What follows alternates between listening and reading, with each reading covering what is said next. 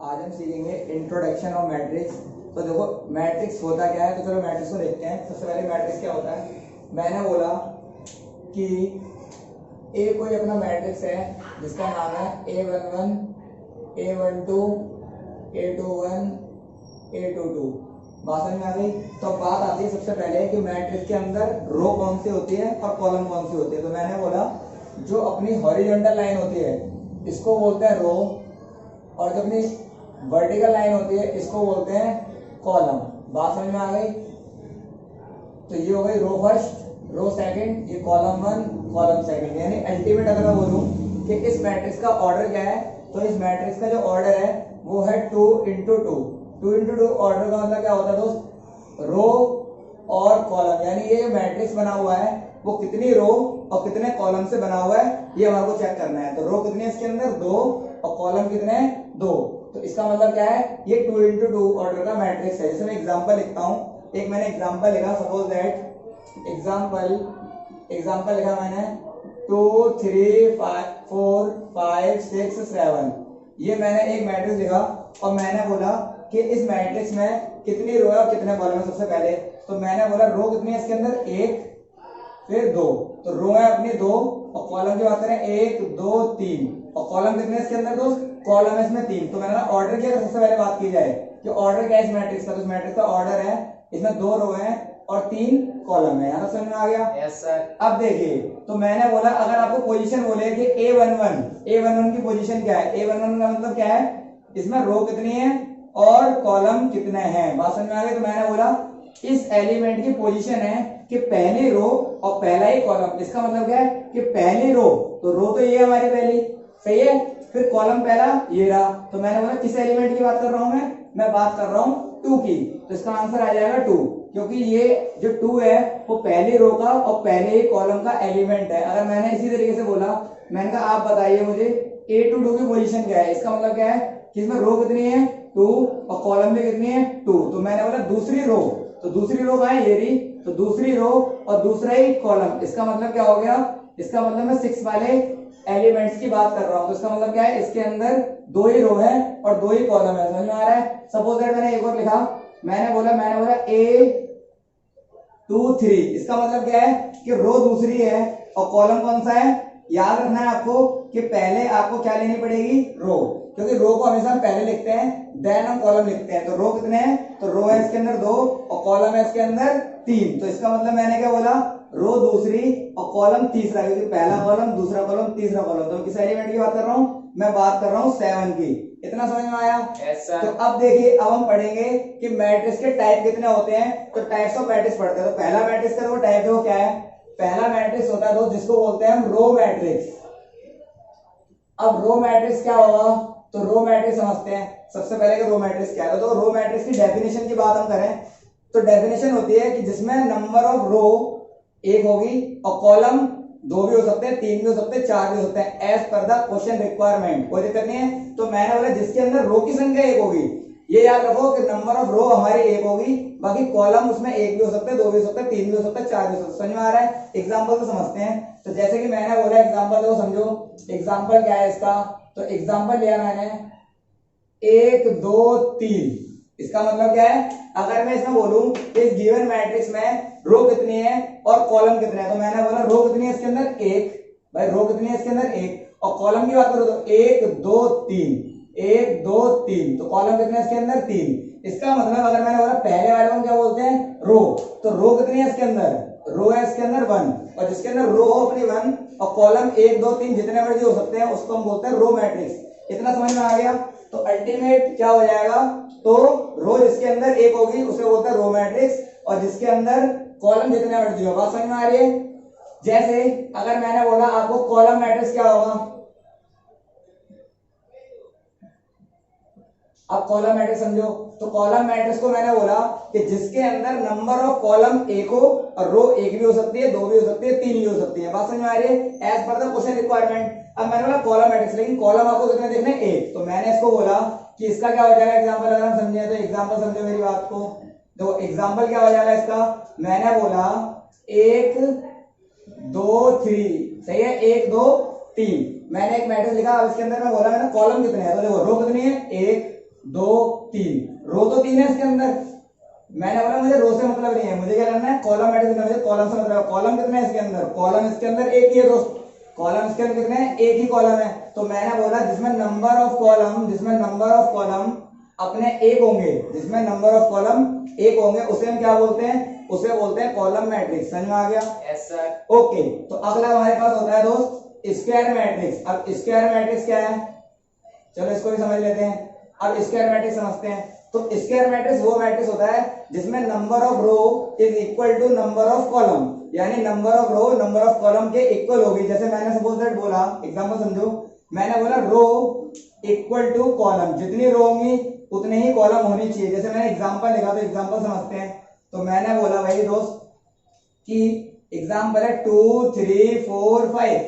अगर मैंने बोला इस मैट्रिक्स के अंदर कितनी रो है और कितने कॉलम है, तो समझो रो कितनी है, एक रो यहाँ पर एक और, तो अल्टीमेट रो कितनी हो गई, तो रो हो गई अपनी 2, और कॉलम कितने, 1 2, तो कॉलम भी कितने हैं इसके अंदर, 2। मैंने कहा इसके अंदर 2 ही रो है और 2 ही कॉलम है, तो इसका मतलब क्या हो गया, नंबर ऑफ रो भी अपनी कितनी है 2 और नंबर ऑफ कॉलम भी कितने अपने 2। तो जिसके अंदर नंबर ऑफ रो और नंबर ऑफ कॉलम सेम होंगे उसे हम क्या बोलते हैं, स्क्वायर मैट्रिक्स। क्लियर? सपोज ये तो 2 into 2 ऑर्डर का है, मैं आपको 3 into 3 ऑर्डर का भी लिख के दिखाता हूँ। तो 3 into 3 का क्या हो जाएगा दोस्त, मैंने बोला 1 2 3 4 5 6 7 8 9, मैंने एक मैट्रिक्स लिखा, ये आपके सामने, तो इसके अंदर रो कितनी है कॉलम कितने, दो दिखा रहा हूँ। तो 1 रो 2 रो 3, फिर एक कॉलम 2 3, तो इसमें 3 रो है और 3 ही कॉलम है। इसका मतलब क्या है कि number of row number of column क्या है, आपस में इक्वल है, क्योंकि यहाँ पर भी रो 3 है और कॉलम भी कितने हैं 3 है। इसका मतलब ये क्या है, ये भी आपका स्क्वायर मैट्रिक्स है। क्लियर? सपोज एक 1 into 1 ऑर्डर का लिख लो, तो मैंने बोला एक लिख दिया मैंने, तो देखो इसके अंदर एक ही रो है और इसके अंदर दोस्त एक ही अपना क्या है कॉलम है, तो मैंने बोला ये इसका ऑर्डर क्या है 1 into 1, इसके अंदर रो भी एक है कॉलम भी एक है। और एक बात आप याद रखो कि हमेशा रो पहले आती है, मैं बार बार आपको बता रहा हूँ, आपको रो पहले लिखनी है देन कॉलम लिखना है। और रो को हम बोलते हैं दोस्त, रो को हम बोलते हैं आई और कॉलम को बोलते हैं हम जे। बात समझ में आ रही है? रो को हम कहीं कहीं एम भी बोलते हैं, स्मॉल एम, और इसको स्मॉल एन। हम रो को रिप्रेजेंट करते हैं आई से और कॉलम को रिप्रेजेंट करते हैं जे से, और वैसे ही रो को रिप्रेजेंट करते हैं एन से और कॉलम को रिप्रेजेंट करते हैं एन से। समझ में आ रहा है? तो अगर आपको कोई बोले कि आई इंटू जे, अल्टीमेट बताता हूँ, देखो मैंने अभी लिखे भी थे, यहाँ पर मैंने बात करी A11 की, तो A11 के अंदर ये क्या था अपना रो और ये क्या था अपना कॉलम। बात समझ में आ रही है? ये रहा रो ये रहा कॉलम, तो देखो पहला वाला रो फिर कॉलम, तो देखो फर्स्ट में क्या आ रहा है, रो ही आ रहा है, तो आपको यार रो पहले लिखनी पड़ेगी। क्लियर?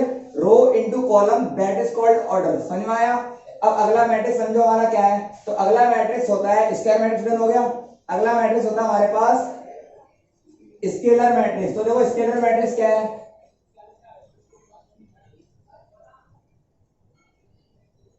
अब बात करते हैं स्केलर मैट्रिक्स की। तो स्केलर मैट्रिक्स वो होता है, पहली बात तो ये है कि स्केलर मैट्रिक्स वो सारे मैट्रिक्स होंगे जो स्क्वायर मैट्रिक्स होंगे। स्क्वायर मैट्रिक्स का मतलब क्या था, जिसमें number of row is equal to number of column, यानी number of row number of column के इक्वल आएंगे, उसे तो बोलेंगे स्क्वायर मैट्रिक्स। यानी वो सारे मैट्रिक्स जो स्क्वायर मैट्रिक्स हैं वही होंगे हमारे क्या स्केलर मैट्रिक्स। जैसे मैंने एग्जांपल लिखा, एग्जांपल समझते हैं। तो एग्जांपल है दोस्त, मैंने बोला आपको माइनस का 3 0 0 0 माइनस का 3 0 0 0 माइनस का 3। अगर मैंने बोला ये आपका एग्जांपल लिखा मैंने 3 into 3 का, तो सबसे पहले देखो ये स्क्वायर मैट्रिक्स है, इसमें 3 ही रो है और 3 ही कॉलम है। ये तो समझ में आ गई, 3 ही रो है और 3 ही कॉलम है, इसका मतलब क्या है ये स्क्वायर मैट्रिक्स तो है। अब बात आती है कि स्केलर कैसे बना, तो स्केलर बनने के लिए देखो क्या है, ये अपना होता है डायगोनल। जैसे कि आपने छोटी क्लास में पढ़ा था, ये किसकी फिगर है, ये क्वाड्रिलेटरल के रेक्टेंगल की फिगर है। अब रेक्टेंगल में डायगोनल क्या होता है, ये होता है डायगोनल, ये होता है डायगोनल। बात समझ में आ रही है? तो आपको क्या करना है, आपको ये वाला डायगोनल लिखना है जिसको बोलते हैं मेन डायगोनल, जो राइट हैंड से चलेगा। बात समझ में आ रही है? तो मैंने ये जो डायगोनल होगा वो सेम नंबर वाले एलिमेंट से फिल होगा। जैसे अगर यहाँ -3 है तो यहाँ भी आपको -3 ही दिखेगा, यहाँ पर भी आपको -3 ही दिखेगा, यानी सेम एलिमेंट्स होंगे मेन डायगोनल के अंदर, और बाकी कॉरेस्पॉन्डिंग एलिमेंट क्या होंगे 0, और बाकी कॉरेस्पॉन्डिंग एलिमेंट क्या होंगे दोस्त 0। यानी बात समझ में आ गई? मैंने बोला मेन डायगोनल आपका सेम नंबर से फिल होगा और बाकी कॉरेस्पॉन्डिंग एलिमेंट क्या होंगे 0। इसको हम बोलते हैं स्केलर मैट्रिक्स। समझ में आ गया? Yes sir. ओके, चलो नेक्स्ट समझते हैं। तो नेक्स्ट मैट्रिक्स होता है अपना दोस्त जिसको बोलते हैं अपन डायगोनल मैट्रिक्स। अब बात आती है कि डायगोनल मैट्रिक्स क्या होता है, तो चलो डायगोनल मैट्रिक्स भी सीख लेते हैं। डायगोनल मैट्रिक्स वो मैट्रिक्स होता है, तो वो नाम से ही लग रहा है डायगोनल। डायगोनल क्या था अपना, ये था। और डायगोनल मैट्रिक्स का एग्जांपल समझो क्या होगा। तो मैंने एग्जांपल लिखा -1 0 0 0 -2 0 0 0 -3। मैंने बोला डायगोनल मैट्रिक्स वो मैट्रिक्स होंगे, सबसे पहले ये डायगोनल मैट्रिक्स भी हमारे सारे स्क्वायर मैट्रिक्स ही होंगे जिसके अंदर नंबर ऑफ रो और नंबर ऑफ कॉलम क्या होंगे, सेम होंगे। जैसे मैंने फॉर एग्जांपल बोला, इसमें रो कितनी है 3, कॉलम कितने हैं 3, तो ऑर्डर क्या है इसका 3 into 3, यानी रो भी सेम है कॉलम भी सेम है, तो स्क्वायर मैट्रिक्स हो गए। अब डायगोनल की कंडीशन क्या है, तो डायगोनल की कंडीशन क्या होती है, जो अपना मेन डायगोनल होगा, इसी को बोलते हैं डायगोनल, समझ आ रहा है। जो मेन डायगोनल होगा वो अपना डिफरेंट नंबर से फिल हो रखा होगा। जैसे मैंने बोला a11 किससे फिल हो रखा है -1, a22 -2 और a33 -3, यानी जो मेन डायगोनल होगा वो अपना क्या होगा दोस्त, वो अपना डिफरेंट होगा। बात समझ में आ रही है। और बाकी कॉरस्पॉन्डिंग एलिमेंट सेम है, इधर भी 0 और उधर भी 0, तो ये दोनों स्केलर में और अपना डायगोनल मैट्रिक्स में ये दोनों में कॉमन वाली बात है कि कॉरस्पॉन्डिंग एलिमेंट 0 होंगे। बाकी मेन डायगोनल वाली बात बोले तो इधर सेम थे इधर डिफरेंट होंगे, ये अंतर है दोनों में, समझ में आ गया। अब देखिए आपका लास्ट मैट्रिक्स है जिसका नाम है आइडेंटिटी मैट्रिक्स। क्या नाम है दोस्त,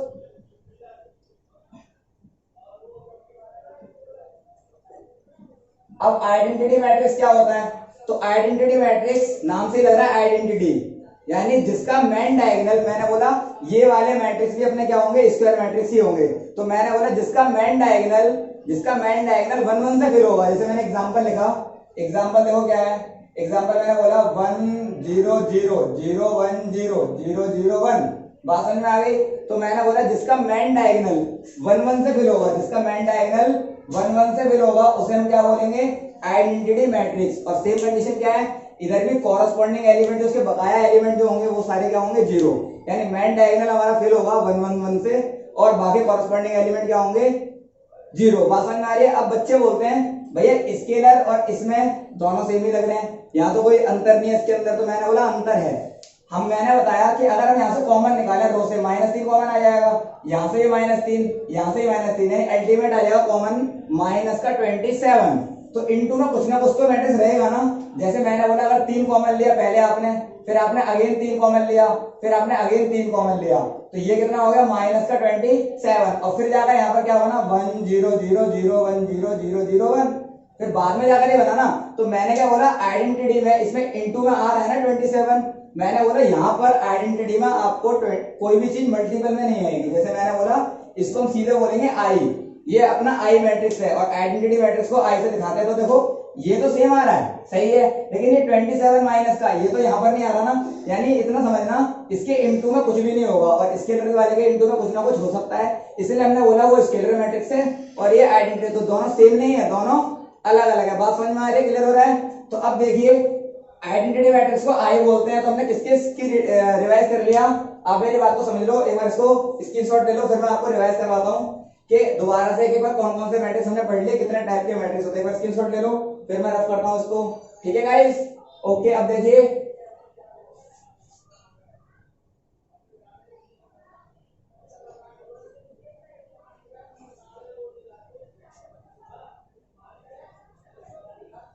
दोस्त, हमने पढ़ा सबसे पहला मैट्रिक्स जिसका नाम था रो मैट्रिक्स, सही है दोस्त।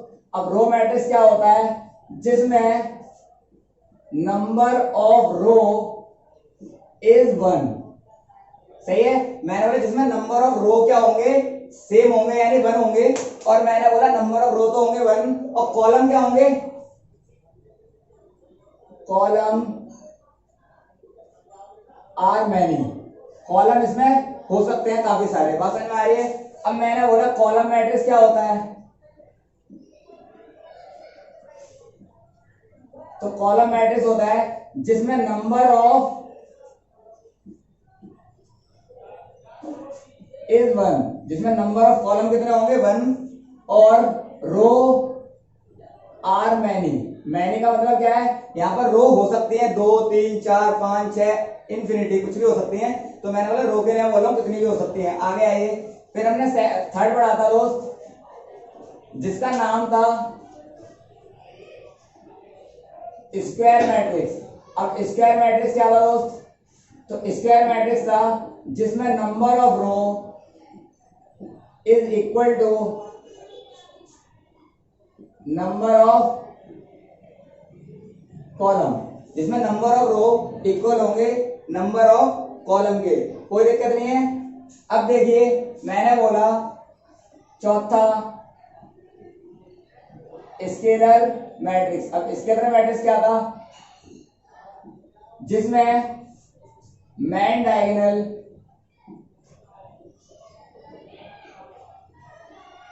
Are fill in same number से मैन डायगोनल फिल होगा। क्लियर हो रही है बात? अब मैंने बोला पांचवा है अपना दोस्त जिसका नाम है डायगोनल मैट्रिक्स। डायगोनल मैट्रिक्स क्या होगा? जिसमें main diagonal are fill in different number. अब मैंने बोला हमने लास्ट मैट्रिक्स पढ़ा था जिसका नाम था आइडेंटिटी मैट्रिक्स। अब आइडेंटिटी मैट्रिक्स कौन सा मैट्रिक्स था दोस्त? तो आइडेंटिटी मैट्रिक्स होता है अपना मैन